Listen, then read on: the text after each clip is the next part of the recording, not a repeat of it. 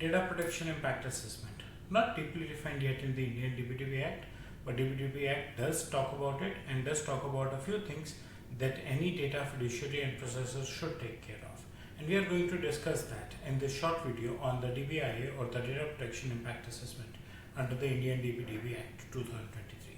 Welcome to my YouTube channel where you daily see new content on the data privacy, and these days we are talking about the DPDP Act. So what is Data Protection Impact Assessment? Data Protection Impact Assessment is a sort of a process that has been created where the DPOs, Data Protection Officers, and the senior privacy officers should conduct a thorough evaluation of what process are they using for processing any information. It's a systematic approach that they need to take after collecting the information.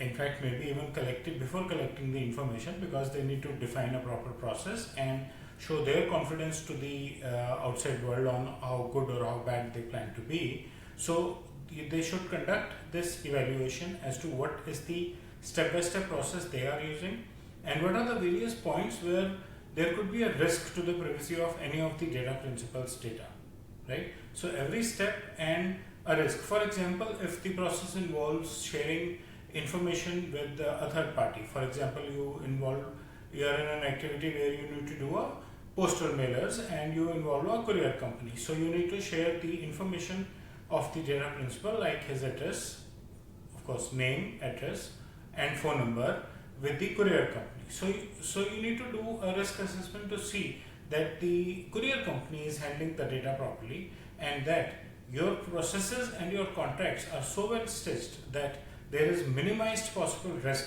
when it comes to the handling of the personal information of the data principal collected by you and being taken care of by a courier company, right? So I've given you a very basic example. It could be many things, like larger companies might be even outsourcing their complete data processing activities, right? So data fiduciary and processor may be two different things, and processor could be outsider or maybe within the company also. So from time to time, it is recommended generally at least once in 6 months that a DPO should conduct the data protection impact assessment for all the data that he collects and for all the processes that the organization follows. Whenever you have a new process or whenever you update your processing activities with the new elements, then again you should conduct a data protection impact assessment. The basic objective of conducting the data protection impact assessment is to minimize the risks. Of course, you need to identify the risk and then you need to find out a way how you minimize the risk. For example, in this example, you should have a better contract. You should look for a reliable vendor, right? And you should see his credibility in the market of delivering the couriers at the right place and not misusing or irritating the end customer, because the end customer is yours, not his, right? You should ensure that you protect the rights of the data principal assigned by the DPDP Act, and the entire process should be created. We talked about privacy notice yesterday, that grievance redressal and escalation mechanism should be defined at initial stage while collecting the data. That helps you demonstrate your accountability and transparency to the data principal.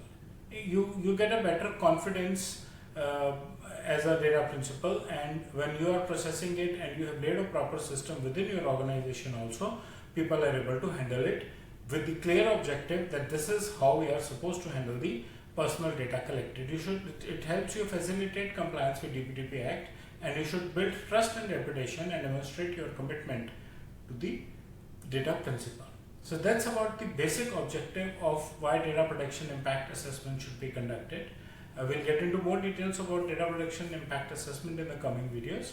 I hope you like the content of this short video. Please press the bell and the like icon. Subscribe to my YouTube channel if you have not already done it, and share your feedback in the comment section. Thank you.